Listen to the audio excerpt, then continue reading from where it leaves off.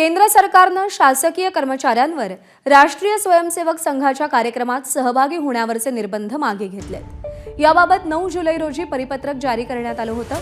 काँग्रेसचे नेते जयराम रमेश यांनी एक्सवरून पोस्ट करत सरकारच्या या निर्णयाविषयी माहिती सार्वजनिक केली आहे। यापूर्वी 1966 मध्ये तत्कालीन केंद्र सरकारनं सगळ्या शासकीय कर्मचाऱ्यांना आरएसएसच्या कार्यक्रमात सहभागी होण्यास मनाई केली होती। सरकारी कर्मचाऱ्यांनी राष्ट्रीय स्वयंसेवक संघाच्या कार्यक्रमात सहभागी होण्यावरचे निर्बंध हटवण्यावर काँग्रेसनं टीका केली आहे, तर भाजपनं या निर्णयाचं स्वागत केलंय। काँग्रेसनं या निर्णयावर टीका करताना सगळ्यात आधी सरदार वल्लभभाई पटेल यांनीच गांधी हत्येनंतर राष्ट्रीय स्वयंसेवक संघावर बंदी घातल्याची आठवणही करून दिली आहे।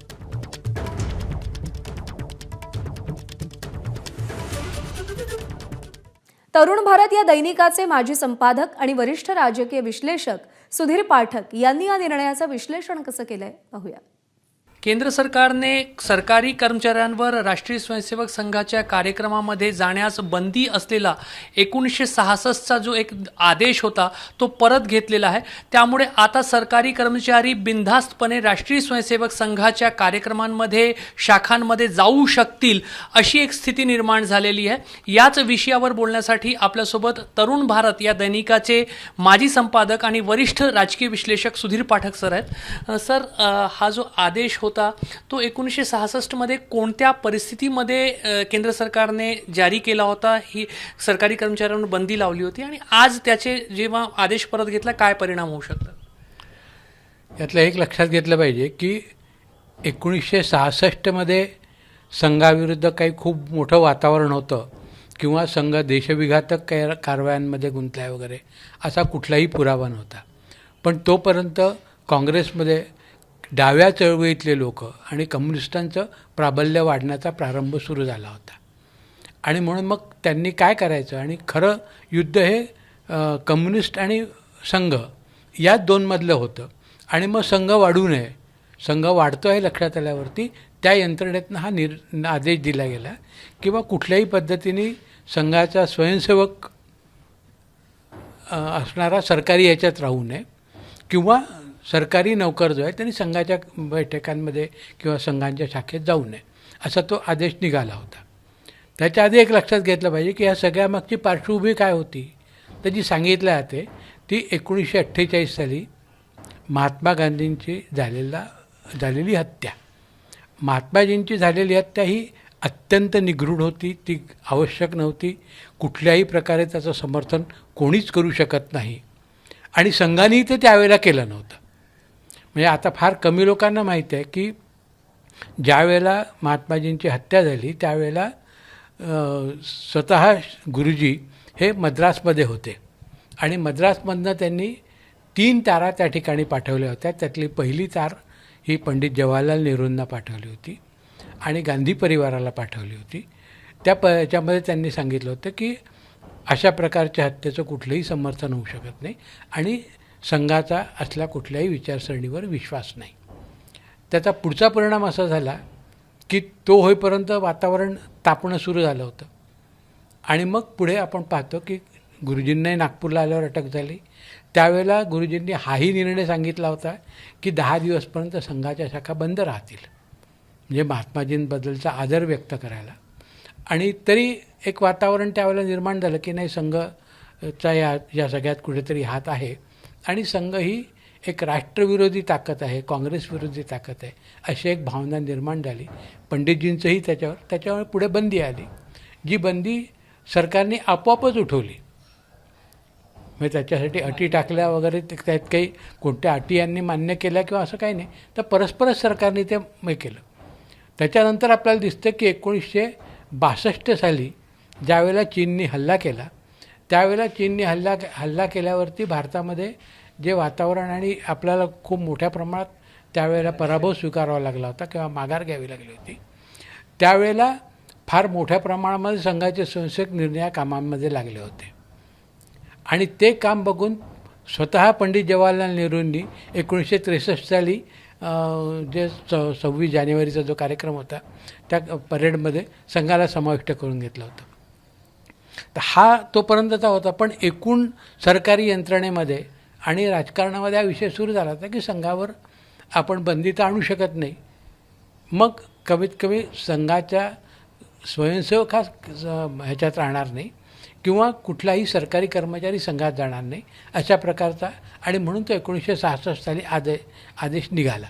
तर 1966मध्ये हा जो आदेश निघाला तेव्हा इंदिरा गांधी ह्या पंतप्रधान झाल्या होत्या का, आणि त्यांचा तो निर्णय होता, आणि कुठंतरी जे डावे आहेत त्यांनी पंडित नेहरूंनी जे संघाला राष्ट्रीय परेडमध्ये सहभागी करून घेतलेला होता आणि एक संघाच्या कार्यक्रमाची कामांची ते दखल घ्यायला लागलेले होते, तर कुठंतरी डाव्यांनी इंदिरा गांधींना हाताशी धरून अशा पद्धतीने हा डाव साधला होता. बरोबर आहे. त्यावेळेला पहिल्यांदा इंदिराजी पंतप्रधान झाल्यात पंडित म्हणजे लालबहादूर शास्त्रींच्या निधनानंतर, आणि त्याच्यामुळे त्यांना तसा त्यावेळेला अनुभव फार नव्हता, कारण तोपर्यंत ते म्हणजे पंतप्रधान म्हणून काम करण्याचा हे नव्हता. आणि पुढे आपण पाहतो की ते पण त्यावेळेला सरकारी यंत्रणेतनं तो आदेश निघाला. आता तो इंदिराजींनी स्वतः दिला होता की नाही हे माहीत नाही, पण 66 साली तो आदेश निघाला होता, ही वस्तुस्थिती आहे. त्याच्यावर आधारित पुढे आपल्याला एक नागपूरची केसही लक्षात येईल की पोस्टामध्ये काम करणारे 3 कर्मचारी हे स्टार्की पॉईंटला एक संघाची बैठक झाली, त्या बैठकीला हजर होते, म्हणून त्या 3 जणांना त्यातले 1-2 नावं मला आठवतात.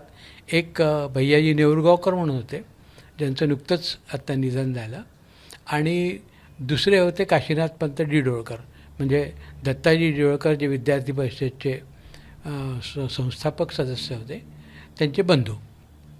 या दोघांनाही सस्पेंड केलं गेलं. त्या 3घांनीही ॲडव्होकेट मुन्शींच्या मार्फत त्याला कोर्टात चॅलेंज केलं गेलं, आणि कोर्टामध्ये हे सिद्ध झालं की एखाद्या बैठकीला जाणं म्हणजे आपण देशविघातक कारवायांमध्ये सहभागी होतो असा त्याचा अर्थ नाही, आणि त्या आधारावरती या दोघांनाही पुढचं सस्पेन्शन रद्द झालं आणि 3घांनाही कामावर घेण्यात आलं होतं. पण हा 1966चा जो आदेश निघाला हा आहे. आणि दुसरं होतं की सरकारी कामामध्ये एकदा आदेश निघाला की तो पुन्हा कसा चालतो, कशा पद्धतीने, जोपर्यंत तो वापरायची वेळ येत नाही तोपर्यंत तो तसाच पडला असतो. आणि म्हणून हे लक्षात येतं की 14पासून एका अर्थाने तो त्याचा अंमलच कुठे नव्हता, त्याच्यामुळे तो कालबाह्य झाला होता, त्याचं अस्तित्व संपल्यासारखं झालं होतं. कारण आपल्याला पाहिल्यावर कुठेच कोणावरती अशा कारवाया झालेल्या नाहीत असं लक्षात येतं इतक्या प्रदीर्घ काळामध्ये. आणि मग जो कायदा अस्तित्वात नाही, जो प्रभावी नाही, ज्याचा परिणाम होत नाही आहे, असे कायदे रद्द करावे, असा आदेश रद्द करावा असा विचार करून जर सरकारने रद्द केला असेल तर तो स्वागतार्हच भाग आहे. त्यातनं काही चुकीचं होत आहे असं आपल्याला नाही म्हणता येणार. तरी जे संघाचे स्वयंसेवक समाजातल्या आणि देशातल्या प्रत्येक क्षेत्रात, प्रत्येक वर्गात काम करताना आपल्याला दिसतात. सरकारी क्षेत्रामध्येही, सरकारी कार्यालयांमध्येही असे संघ विचारसरणीचे अनेक स्वयंसेवक जे आहेत ते विविध पदांवर कार्यरत आहेत. त्यांना हे दिलासा देणारा एक आदेश म्हणावा लागेल, कारण एक नाही म्हटलं तरी कागदावर जरी एक बंदी जी होती त्या संदर्भातली अस्तित्वात होती, आणि ती दूर झाल्यामुळे त्यांना सर्वांना दिलासा मिळेल. निश्चितपणे काही प्रमाणात. पण कसं आहे की जो कायदा प्रभावी नाही, ज्याची माहितीच लोकांना नाही आहे, त्याची अंमलबजावणी होत नाही. आणि कसं होतं की ह्या सगळे कागदपत्र चालताना ज्यावेळेला जुने कागदपत्र समोर येतात, त्याचा अभ्यास केला तर त्यावेळेला असं वाटतं की बा याच्यावर आपण काहीतरी कारवाई केली पाहिजे, आणि म्हणून मग त्यातनं जर काही कारवाई होतील. बरं, संघावरती बंदी त्याच्यानंतर आल्या का? त्याच्यानंतर आपण पाहतो की 75ची आणीबाणी लागली. त्या आणीबाणीमध्ये संघावर बंदी होती. संघाचे अनेक स्वयंसेवक त्यावेळेला स्थानबद्ध करण्यात आले होते. पुढे आपण पाहतो की ज्या वेळेला बाबरी डाचा हे झाला त्यावेळेला पुन्हा संघावरती बंदी आली होती, जी काही वेळातच संपली. म्हणजे अशा 3दा बंदी आली होती. पण यातनं काही राष्ट्रविघातक कार्यामध्ये संघ गुंतलेला आहे हे कुठेच आणि केव्हाही सिद्ध झालेलं नाही. आणि त्याच्यामुळे हा जो काही काय होता भाग हा काढून टाकणं हाच योग्य होता असं म्हणावं लागेल. तर सुधीर पाठक जे वरिष्ठ राजकीय विश्लेषक आहेत ते पण केंद्राच्या या निर्णयाचं स्वागत करत आहेत. आणि त्या काळामध्ये इंदिरा गांधी नुकतंच पंतप्रधान झालेल्या होत्या आणि त्यांना तेवढा अनुभव न होता, आणि त्यांच्या त्या स्थितीचा फायदा कुठंतरी डावे जे नेते होते ज्यांना संघावर बंदी हवी होती, संघ वाढू नये अशी इच्छा होती, त्यांनीच काँग्रेसच्या नेत्यांवर त्या संदर्भातला दबाव आणला किंवा मागणी पुढे केली आणि 1966 मध्ये त्या पार्श्वभूमीवर हा कथित आदेश निघालेला होता, ज्याचा जो आदेश परत घेण्याचा निर्णय आता केंद्र सरकारने घेतलेला आहे. कॅमेरामॅन व्यंकटेश नायडूसह रजत वसिष्ठ, एबीपी माझा, नागपूर. एबीपी माझा, उघडा डोळे बघा नीट.